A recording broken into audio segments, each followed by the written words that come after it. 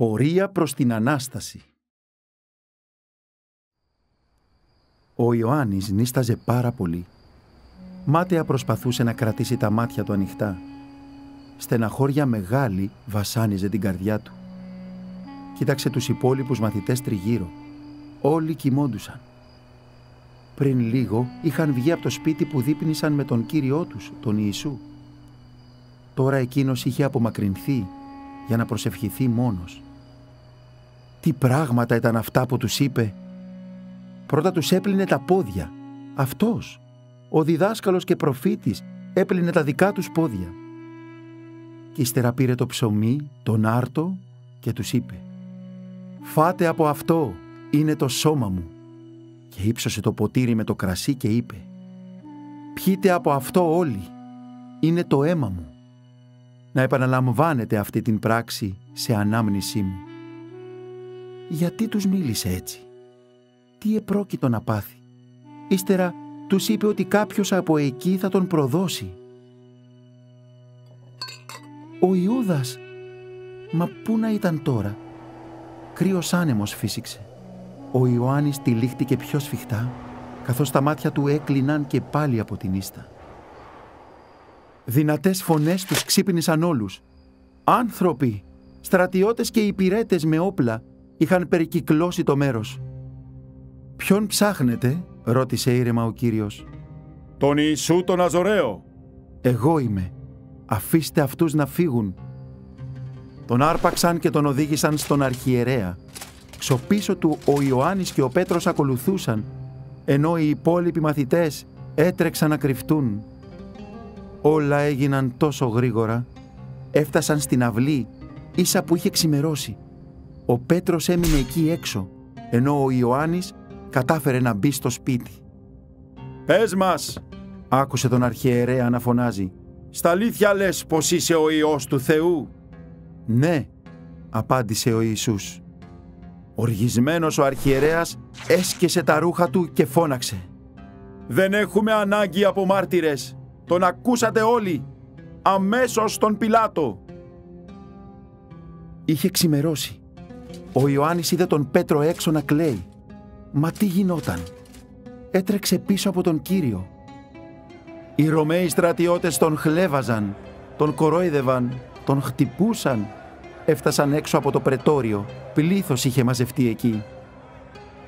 Η Μαρία, η μητέρα του Κυρίου, πλησίασε τον Ιωάννη. «Τον έπιασαν», του είπε δακρυσμένη. Τότε τον είδαν χτυπημένο και ματωμένο δίπλα σε έναν φονιά. Ανάμεσά τους στεκόταν ο Πιλάτος. «Είναι συνήθεια στη γιορτή σας», είπε, «τώρα το Πάσχα να ελευθερώνω έναν κρατούμενο. Τον Βαραβά!» φώναξαν οι αρχιερείς και οι γραμματείς και ακολούθησε και το πλήθος. «Θέλουμε τον Βαραβά! Τον Βαραβά! Θέλουμε τον Βαραβά! Και τι να κάνω τον Ιησού?» ρώτησε ξαφνιασμένος ο Πιλάτος. «Να σταυρωθεί!» «Μα τι κακό σας έκανε?» «Να σταυρωθεί!» φώναζαν δυνατότερα. Η μητέρα του Κυρίου έκλαιγε. Ο Ιωάννης την πήρε μαζί του και ακολούθησαν τον Ιησού. Σήκωνε έναν μεγάλο σταυρό και ανέβαινε στο λόφο του Γολγοθά. Εκεί τον σταύρωσαν. Ήταν σχεδόν μεσημέρι. Δεξιά και αριστερά του ήταν σταυρωμένοι 2 ληστές. «Αν είσαι Υιός του Θεού, σώσε τον εαυτό σου και εμάς μαζί». «Μα καλά, δεν έχεις λίγο φόβο Θεού?» αποκρίθηκε ο άλλος. «Εμείς άξια καταδικαστήκαμε. Αυτός όμως είναι αθώος.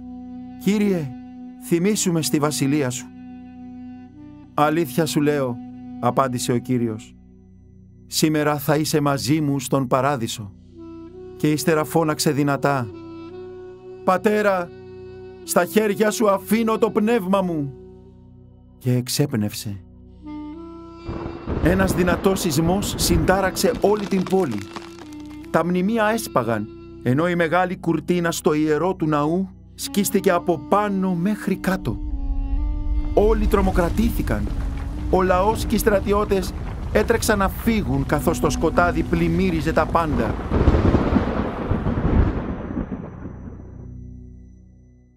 Οι μαθητές ήταν κλειδαμπαρωμένοι μέσα στο σπίτι. Λίγες μέρες μόνο είχαν περάσει από τη σταύρωση του Κυρίου και φοβόντουσαν μήπως τους βρουν οι Ιουδαίοι. Ξάφνου, κάποιος βάρεσε την πόρτα με δύναμη. «Ανοίξτε! Τον είδα! Ήταν αυτός!» Οι μαθητές πανικοβλήθηκαν. Η φωνή έμοιαζε με του Λουκά, αλλά δεν μπορούσαν να είναι σίγουροι. Μπορεί να ήταν κάποιο τέχνασμα των Ιουδαίων. Ο Πέτρος πλησίασε την πόρτα και είπε χαμηλόφωνα: «Το σύνθημα! Πες μας το σύνθημα!» Ο Λουκάς κοντοστάθηκε λίγο και είπε λαχανιασμένος: «Μακάρι η καθαρή την καρδία ότι αυτοί των Θεών όψονται». Ο Πέτρος άνοιξε με μια στην πόρτα και ο Λουκάς μπήκε μέσα. «Σας λέμε, τον είδαμε. Ο Κλεόπας και εγώ τον είδαμε στους Εμαούς. Ήταν ο Κύριος, είμαστε σίγουροι». Η καρδιά μας καιγόταν από αγάπη όσο μας μιλούσε και όταν μας μοίρασε τον άρτο, καταλάβαμε ότι ήταν εκείνος. Οι γυναίκες λένε την αλήθεια. Τον είδαμε κι εμείς, ζει, αναστήθηκε. Οι υπόλοιποι μαθητές φαίνονταν προβληματισμένοι. «Κι εμείς», είπε ο Πέτρος, «κι εμείς είδαμε κενό τον τάφο. Μονάχα τα σεντόνια ήταν εκεί διπλωμένα. Και η Μαρία ήταν σίγουρη ότι τον είδε ζωντανό». Δεν πρόλαβε να τελειώσει τη φράση του και ακούστηκε μια οικία φωνή: «Ειρήνη σε σας». Ένα γλυκό φως πλημμύρισε το δωμάτιο. Οι μαθητές ξάφνου αντίκρισαν ένα γνώριμο πρόσωπο. Ήταν ο Κύριος, ζωντανός, αναστημένος. Στεκόταν και πάλι ανάμεσά τους.